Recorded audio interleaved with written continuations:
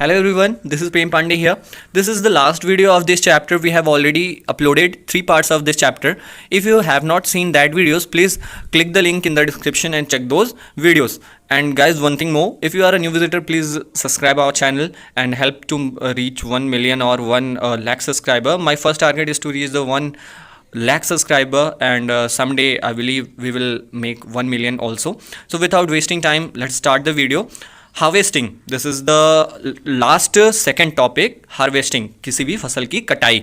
तो harvesting of a crop is an important task. किसी भी फसल की कटाई एक बहुत ही महत्वपूर्ण कार्य होता है फसल के प्रक्रिया में, पूरे फसल उगाने की प्रक्रिया में.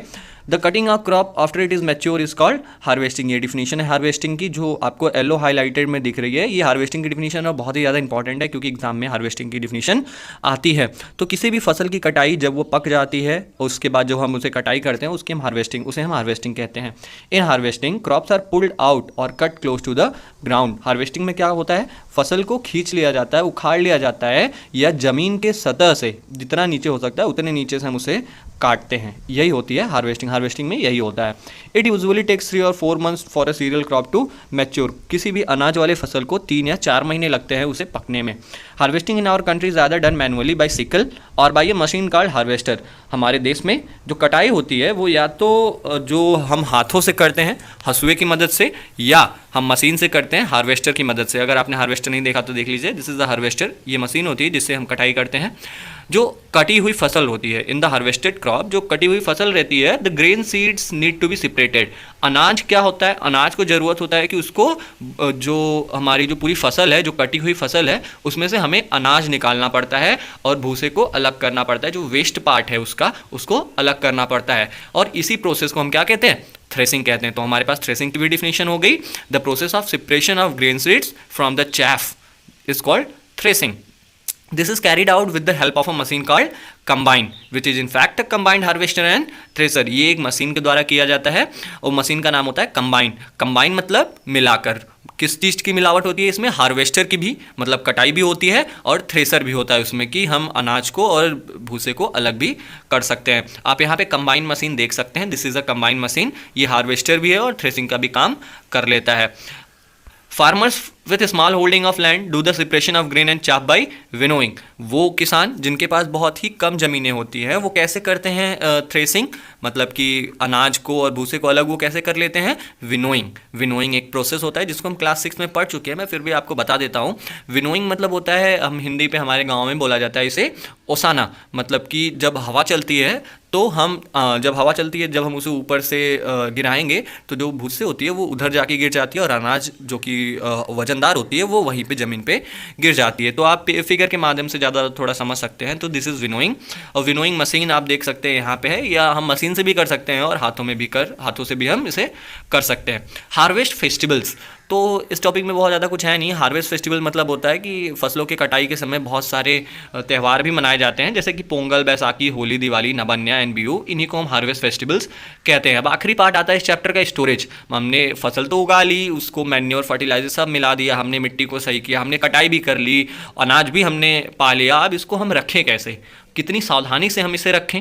Storage of produce is an important task. किसी फसल को, हमारे जो उत्पादन है उसको संजो कर रखना बहुत ही ज़्यादा महत्वपूर्ण कार्य होता है. If the crop grains are to be keeped for longer time, अगर किसी भी अनाज को बहुत लंबे समय तक रखना है, they should be safe from moisture. उन्हें नमी से, इंसेक्ट से, कीड़े मकोड़े से, रैट्स से, चूहों से, और छोटे छोटे माइक्रो ऑर्गेनिज्म से बचा के रखना होता है. The fresh crops has most moisture. जो ताज़ा कटी हुई फसल होती है उसमें ज़्यादा नमी होती है.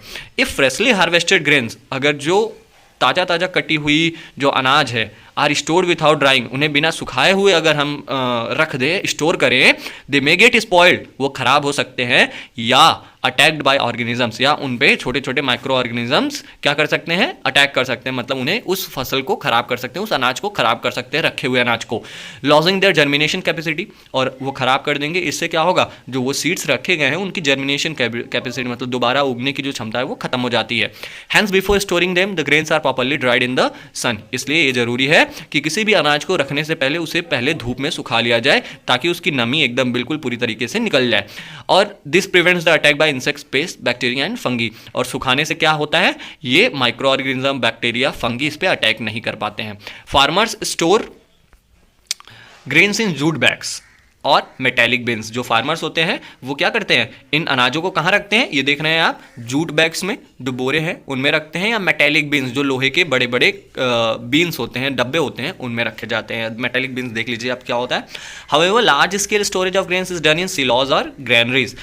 और अगर हमारे पास बहुत सारा अनाज है और उसे हमें रखना है तो ये किस में होता है, सिलॉस। सिलॉस क्या है, ये देख रहे हैं आप, बड़े पैमाने पे स्टोरेज के लिए जो चीज़ें बनाई गई इसी को हम सिलॉस कहते हैं। ग्रैनरीज मतलब हम इसको बोल सकते हैं जैसे गोडाउन टाइप का बोल सकते हैं, जिसमें बहुत सारा बोरे में ही रखकर पूरा अनाज रखा जाता है। To protect them from pest like rats and insects, जिससे हम चूहों से और कीड़े मकोड़ों से हम बचा सकते हैं सिलॉज और ग्रेनरीज में रखकर अपने अनाज को।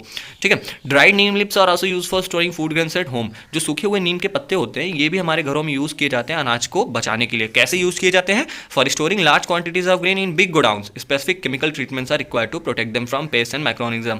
जो हमारे जो लोहे के डब्बे होते हैं उसमें हम अनाज भी डाल देते हैं, सीड्स डाल देते हैं, उसमें हम सूखे हुए नीम के पत्ते भी डाल देते हैं, ताकि नीम के पत्ते क्या होते हैं, एंटी ऑर्गेनिजम्स होते हैं, एंटी बैक्टीरियल होते हैं, जिससे बैक्टीरिया और फंगी उस पर अटैक नहीं कर पाते। लेकिन अगर वहीं हमें बहुत सारे अनाजों को स्टोर करना है तो उसे हम क्या रखते हैं, गोदाउन में रखते हैं, और गोदाउन में रखते टाइम हम उसमें केमिकल छिड़काव भी करते हैं ताकि उनमें micro organism, fungi, bacteria attack ना कर सके, अनाज को खराब ना कर सके।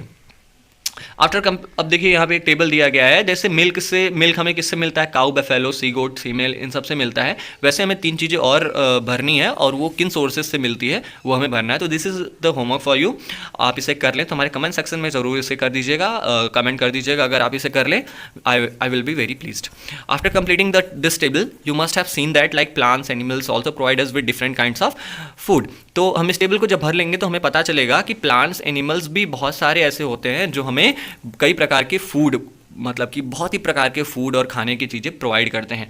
Many people living in the coastal areas consume fish as major part of their diet. कई लोग जो कि किनारे, समुद्र के किनारे, नदियों के किनारे रहते हैं, वो मछलियों को अपना मुख्य भोजन बना लेते हैं। इन द प्रीवियस क्लासेस, पुराने क्लासेस में हमने पढ़ा है कि the food that we obtain from plants, हम पौधों से भी अपना खाना पाते हैं। We have just seen that the process of crop production involves a number of steps like selection of seeds, sowing etcetera. हमने इस पूरे चैप्टर में क्या पढ़ा, हमने पढ़ा कि एक फसल को उगाने के लिए बहुत सारे प्रक्रिया से गुजरना पड़ता है, जैसे कि सिलेक्शन करना, अनाज जो सीड्स होती है, जो बीज होती है उसका सिलेक्शन करना, उसको बोना, मिट्टी को ठीक करना, फर्टिलाइजर, मैन्योर मिलाना, हार्वेस्टिंग, स्टोरेज, कई सारी चीज़ें प्रक्रिया होता है जो एक फसल उगाने में काम आती है। सिमिलरली इसी प्रकार एनिमल रियर्ड एट होम और in farms have to be provided with proper food, shelter and care. इसी प्रकार जो जानवर हम घरों पे रखते हैं या अपने तबेलों में रखते हैं, उन्हें क्या होता है, उन्हें हम अच्छा खाना देना पड़ता है, प्रॉपर मतलब एक उचित खाना देना पड़ता है, उचित रहने के लिए जगह देनी पड़ती है, और उनका अच्छे से केयर करना पड़ता है। और जब यही चीज़ बहुत ही बड़ी मात्रा में किया जाता है, इसी को हम एनिमल हस्बेंड्री कहते हैं। तो एनिमल हस्बेंड्री की यहाँ पे आपको डिफिनेशन मिल गई। एनिमल्स रियर्ड एट होम और in farms have to be provided with proper food, shelter and care. When this is done on large scale it is called animal husbandry. तो ये chapter यहीं पे ख़त्म होता है। अगर आपको कोई भी डाउट है इस चैप्टर में तो प्लीज़ कमेंट सेक्शन में कमेंट करिए और हमें बताइए। अगर हमें इंपॉर्टेंट लगेगा तो हम इसके लिए एक अलग सेपरेट वीडियो जरूर बनाएंगे। ये कुछ कीवर्ड्स हैं जो आपको एग्जाम में जाने से पहले जरूर इनकी डिफिनीशंस पढ़ लेनी है। तो this is the end of this chapter, और यहाँ पे कुछ है आपको इंपॉर्टेंट पॉइंट्स भी दी गई हैं, आप इसे देख सकते हैं। नेक्स्ट वीडियो में हम इस चैप्टर के क्वेश्चन आंसर्स और एक्सरसाइजेस लेके आएंगे। हमारे चैनल के साथ बने रहिए। वीडियो अगर पसंद आए तो लाइक करिए। मिलते हैं अपने अगली वीडियो में, तब तक के लिए जय हिंद।